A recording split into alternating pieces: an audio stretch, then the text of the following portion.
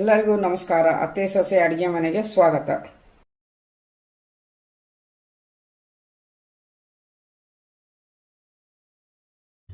ಈ ವಿಡಿಯೋದಲ್ಲಿ ಬೆಂಡೆಕಾಯಿ ಕುರ್ಕುರೆ ಹೇಗೆ ಮಾಡೋದು ಅಂತ ತೋರಿಸ್ಕೊಡ್ತೀನಿ.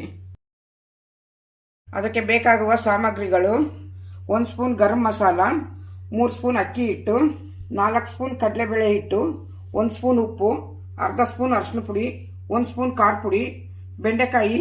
ಇದರಲ್ಲಿ ಒಂದು ಬೆಂಡೆಕಾಯಲ್ಲಿ 8 ಪೀಸ್ ಮಾಡ್ಕೊಂಡಿದ್ದೀನಿ ನಾನು. ಈ ಥರ ಸಣ್ಣ ಸಣ್ಣದಾಗಿ ಹಚ್ಕೊಂಡ್ರೆ ಖಾರ ಉಪ್ಪೆಲ್ಲ ಚೆನ್ನಾಗಿ ಹತ್ತುತ್ತೆ, ಮತ್ತು ಹಿಟ್ಟನ್ನು ಚೆನ್ನಾಗಿ ಹಿಡಿಯುತ್ತೆ, ತಿನ್ನಕ್ಕೂ ಗರಿ ಗರಿಯಾಗಿ ಬರುತ್ತೆ. ಇದು ಎಣ್ಣೆ ಕರಿಯೋಕ್ಕೆ. ಒಂದು ಚಿಕ್ಕ ಬೌಲಲ್ಲಿ ಬೆಂಡೆಕಾಯಿ ಹಾಕ್ಕೊಂಡಿದ್ದೀನಿ.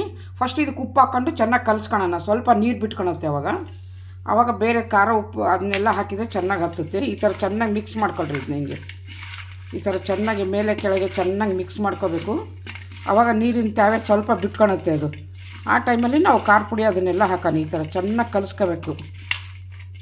ಚೆನ್ನಾಗಿ ಈ ಥರ ಕಲಿಸ್ಕೊಂಡ್ರಿಗಿನ್ನ ಆವಾಗ ಈ ಥರ ಸ್ವಲ್ಪ ನೀರು ಬಿಟ್ಕೊಳಕ್ಕೆ ಶುರುವಾಗುತ್ತೆ. ಈ ಥರ ತ್ಯಾವೆ ಬರುತ್ತೆ. ಆವಾಗ ಖಾರ ಪುಡಿ ಹಾಕೋಣ. ಈಗ ಖಾರ ಪುಡಿ, ಗರಂ ಮಸಾಲ,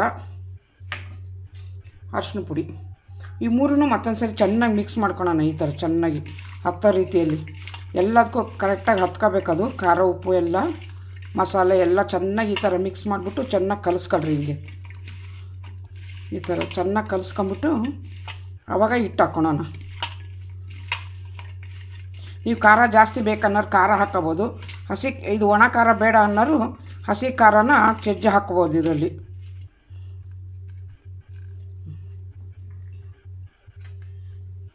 2 ಸ್ಪೂನಷ್ಟು ಅಕ್ಕಿ ಹಿಟ್ಟು ಹಾಕ್ಕೊತೀನಿ. 3 ಸ್ಪೂನ್ ಕಡಲೆಬೇಳೆ ಹಿಟ್ಟು ಹಾಕ್ಕೊತೀನಿ.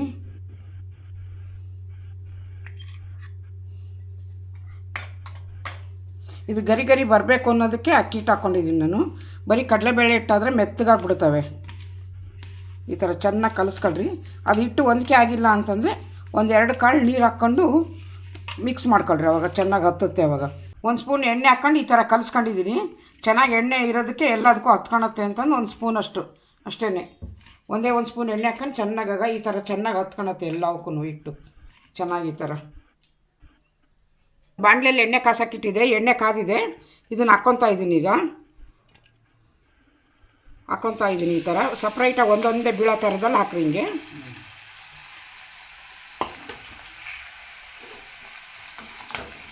ಈ ಥರ ಚೆನ್ನಾಗಿ ಕೈ ಆಡಿಸ್ಕೊಳ್ರಿ. ಹಿಂಗೆ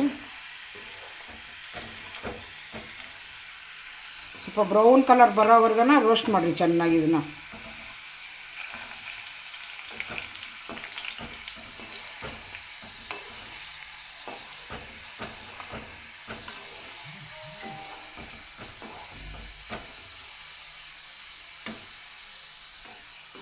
ಚೆನ್ನಾಗಿ ಬರಲಿ. ಕೆಂಪಗಾಗಬೇಕಿದು. ಕೆಂಪಗಾದ್ರಿಗಿನ್ನ ಗರಿ ಗರಿ ಅನ್ನಂಗೆ ಆಗ್ತಾವೆ. ಆವಾಗ ತಿನ್ನೋಕ್ಕೂ ಟೇಸ್ಟ್ ಇರುತ್ತೆ.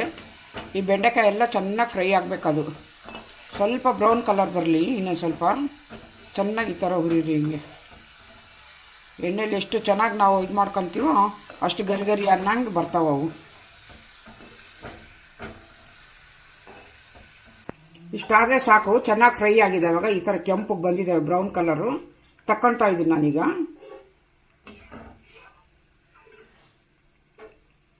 ಇದು 2ನೇ ಸರಿ ಇದು ಹಾಕಿದ್ನಲ್ಲ, ಅದನ್ನ ತೆಗಿತಾ ಇದ್ದೀನಿ ಈಗ.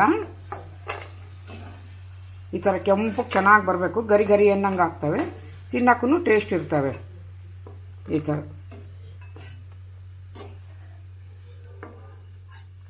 ಬೆಂಡೆಕಾಯಿ ಕುರ್ಕುರೆ ರೆಡಿಯಾಗಿದೆ. ರೈಸ್ ಜೊತೆಗೆ ಸೈಡ್ ಡಿಶ್ ಆಗಿ ತಿನ್ನೋಕ್ಕೆ ಚೆನ್ನಾಗಿರುತ್ತೆ. ನೀವು ಮನೇಲಿ ಮಾಡ್ಕೊಳ್ಳಿ. ಹೇಗಿದೆ ಅಂತ ಕಮೆಂಟ್ ಮಾಡಿ.